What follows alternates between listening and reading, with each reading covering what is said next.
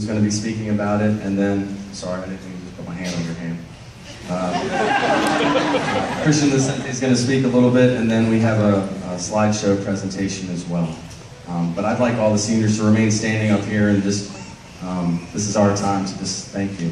So, Christian, the floor is yours. Good morning, everyone. Good morning. I'm just going to share really briefly today a few of my experiences with Costa Rica. Like Mr. P said, in about a month there's going to be a chapel for all the seniors to talk about it, so I'm going to keep things short. The trip itself was incredibly fun, whether we were zip lining, swimming in the hot springs, playing spaz, having multiple near-death experiences in Miss Dawn's van, or having our amazingly mature chaperones spark a slew of childish and nasty jokes in the middle of the night. The entire trip was really packed with excitement, and I could talk for hours about the fun things I did, but today I just want to talk about the servant attitude and selflessness I saw in the people of Costa Rica. Down there they don't have a lot of money, but life is a lot simpler for them, and I noticed that most of them freely give of all their time and their possessions, even to complete strangers like us. When we first got down there, we were welcomed to the church that was going to be our home for the next few days. The pastor and his family were very accommodating to us, providing us with food, shelter, and facilities to use. On one of our first days in the town, some of us decided to walk to a local fruit shop, and when we got there, the owner would not stop giving us free fruits.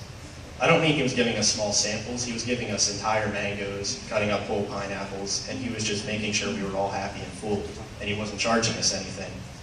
And that normally would be a selfless thing to do, but I was thinking about it, and I realized that this might be the only source of income this man has living in that country.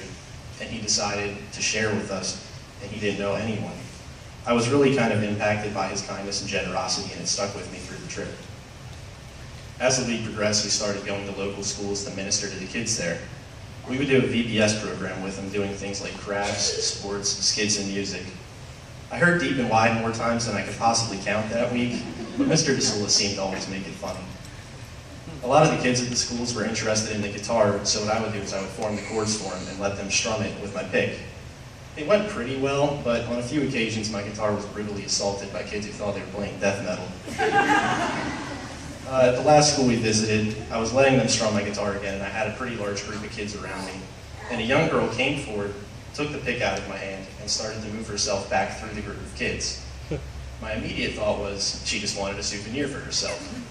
And she surprised me when she got to the back, grabbed a little boy by the hand, and brought him up to the front before giving him the pick and letting him play. It was kind of a powerful moment for me that I'm standing there serving these kids, and while I'm doing that, they were serving each other. And I was really touched by the kindness of that little girl. I know that often in my own life, I found myself looking more at my own interests instead of the interests of others. And I was really convicted by the servitude of the people I met during my time in Costa Rica. They really put their own interests aside, from the pastor at the church, to the man at the fruit stand, to the little girl at the school. And I was inspired to be like them, willingly and happily serving those around me. To close, I would just like to read 1 Peter 4, 10 through 11. As each one has received a special gift, employ it in serving one another, as good stewards of the manifold grace of God. Whoever speaks, let him speak, as it were, the utterances of God. Whoever serves, let him do so as by the strength which God supplies, so that in all things God may be glorified through Jesus Christ, to whom belongs the glory and dominion forever and ever. Amen. Thank you.